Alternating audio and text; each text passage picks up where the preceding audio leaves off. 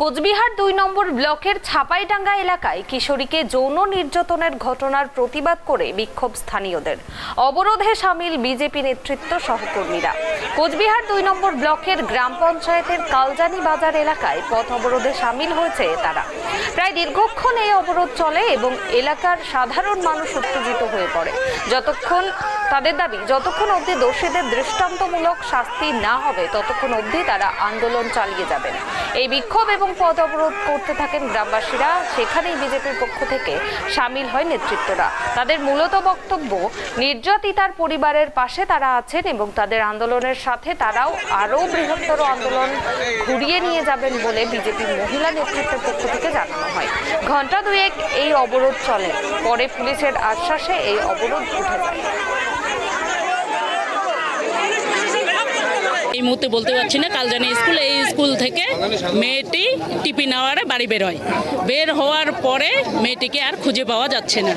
যখন খুঁজে পাওয়া যাচ্ছে না, বাড়ির থেকে পরিবারের পক্ষ থেকে একটা মিসিং ডায়েরি করা হয়। মিসিং ডায়েরি করার পর পুলিশের কোনো হেলদোল থাকে না, তো মেয়েটাকে নিয়ে যাওয়া হয়। আমরা যতদূর জানি মেয়েটাকে নিয়ে যাওয়া হয় সিতাই হসপিটালে, সেখান থেকে রেফার করা হয়, সেখান থেকে নিশিগঞ্জ হসপিটালে নিয়ে আসে।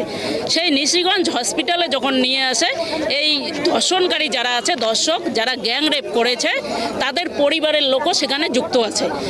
তার মা নাকি ছেলেটির কোনো এক ছেলের মা ওখানে নাকি বলেছে এটা আমার মেয়ে। আমরা সকলেই অবগত আছি যে কোনো পরিবার থেকে যদি আমরা নিয়ে যাই কোনো নার্সিংহোমে বা হসপিটালে ভর্তি করার জন্য, পরিবার ছাড়া ভর্তি নেয় না। তো ছেলেটির মা তখন বলেছে যে আমার মেয়ে। তো আমরা এই মতো অবস্থায় মেয়েটিকে ওখান থেকে রেফার করেছে, মেয়েটিকে টিপালের নার্সিংহোমে নিয়ে এসছে। টিপালের নার্সিংহোম থেকে রেফার করে তারপরে নিয়ে আসা হয় পালিতের নার্সিংহোম। মেয়েটি এখন মৃত্যুর সঙ্গে পাঞ্জা লড়ছে, পুলিশের কোনো হেলদোল নেই। তা আমরা ২১শে জুলাই আমরা শুনতে পেলাম যে মঞ্চে দাঁড়িয়ে মাননীয়া বলছেন যে মণিপুরে কি ঘটনা ঘটেছে। উনি নিজের ঘরটা আমাকে সামাল দিতে পারছে না, উনি মণিপুর নিয়ে পড়ে আছে। মণিপুরে ন্যাক্কার জন্য ঘটনা হয়েছে আমরা জানি, কিন্তু আমরা দেখেছি তার সাথে সাথে ২১শে জুলাইয়ে আমরা দেখেছিলাম মালদায় দুটি মহিলাকে বিবস্ত্র অবস্থায় ঘুরানো হয়। ছাপাইডাঙ্গাতে এরকম একটা ঘটনা হয়েছে, একটা মেয়ে গণধর্ষণ হয়েছে। তার গণধর্ষণ হওয়ার পর তাকে গলা টিপে হত্যা করার চেষ্টা করা হয়েছে। সে মতো অবস্থায় যখন খবরটা পেলাম, তখন লোকাল কয়েকজনের সাথে আমাদের পরিচিতি আছে, ফোন করলাম বিষয়টা কি। তখন বললো, হ্যাঁ দিদি এরকম হয়েছে, মেয়েটাকে গণধর্ষণ করার পর মারার চেষ্টা করা হয়। তারপর কোনো এক সহৃদয় ব্যক্তি মেয়েটাকে বাঁচানোর জন্য তৎপর হন, কিন্তু স্থানীয় জায়গায় কিছু করতে পারছেন না। সে মতো অবস্থায় মেয়েটাকে সিতায়ে নিয়ে গেছে। সিতায়ে নিয়ে যাওয়ার পর সিতাই থেকে বলেছে না আমরা কিছু করতে পারবো না, পরিস্থিতি খুবই খারাপ। নিয়ে এসেছে নিশিগঞ্জ, সেখানে তার চিকিৎসা করতে পারবে না, রেফার করেছে নিশিগঞ্জ। নিয়ে এসেছে টিপালের নার্সিংহোম। এবার টিপালের নার্সিংহোমে নিয়ে আসার পর নার্সিংহোম কর্তৃপক্ষর কিছুটা খটকা লেগেছে যে বিষয়টা একটু অন্যরকম লাগছে। ওনারা পুলিশ প্রশাসনকে খবর দিয়েছেন, সাথে স্থানীয় মেয়ের বাড়ির আশেপাশে খবর দেওয়া হয়েছে। মেয়ের বাড়ির লোকজন গেছেন, প্রশাসন গেছেন, ওখানে একজন আসামিকে গ্রেপ্তার করা হয়। বাদবাকি আসামিরা ডাটের মাথায় ঘুরে বেড়াচ্ছিল, তাদের স্থানীয় লোকজন তুলে নিয়ে পুলিশের হাতে দেন। কিন্তু পুলিশের কাছে দুদিন আগে, দুদিন পর, মেয়েটা মিসিং হওয়ার দুদিন পর যখন মিসিং ডায়েরি করা হলো, আজ অব্দি পুলিশ তৎপর হয়নি। সব কটার ফাঁসি চাই আমরা। বর্তমানে যারা অভিযুক্ত তারা কি সকলে গ্রেফতার হয়েছে? না, আমরা পাবলিকে 4 জনকে ধরতে পারছি আর একজনকে পাইনি, এখনো পাইনি। পুলিশ কোনো কাজ করে না।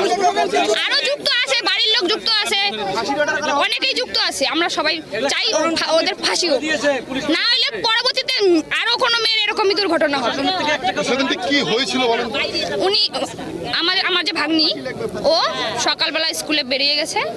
স্কুল থেকে বলছে ওর পেট ব্যথা ছিল, ছুটি নিচ্ছে। ছুটি নিয়ে বাড়িতে আসতেছে রাস্তায় আর কি, রাস্তাতে ফাঁকা ছিল, গাড়ি ঘোড়াও পায়নি, হাইটে গেছে।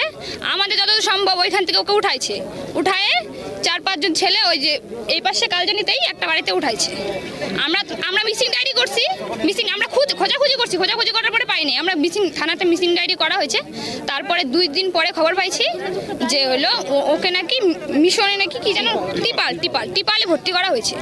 তারপরে আমরা রাত্রেবেলায় খবর পাওয়ার পরে রাত্রেবেলা পুলিশের ওইখানে গেছি। ওইখান থেকে নিয়ে ওইখানে আসামি ছিল, হয়তো টিপালের কিছু বুঝতে পারাতে ওইখানে তালা মারছে, ও যাইতে দেয়নি। তারপর এখান থেকে সবাই গেছে, থানার পুলিশও গেছে, ওকে উঠায় নিয়ে গেছে। তারপরে এইখান থেকে আমরা খবর পাইছি, আরও একটা ছেলের খবর পাইছি, ওকে ধরা হয়েছে। ও আরও 4জনের নাম বলছে। তারপরে টোটাল 4জনকে ধরা হয়েছে, আর একজনকে এখনো ধরতে পারেনি। কারা ধরলো? পুলিশ ধরলো না? না না, আমরা ধরেছি,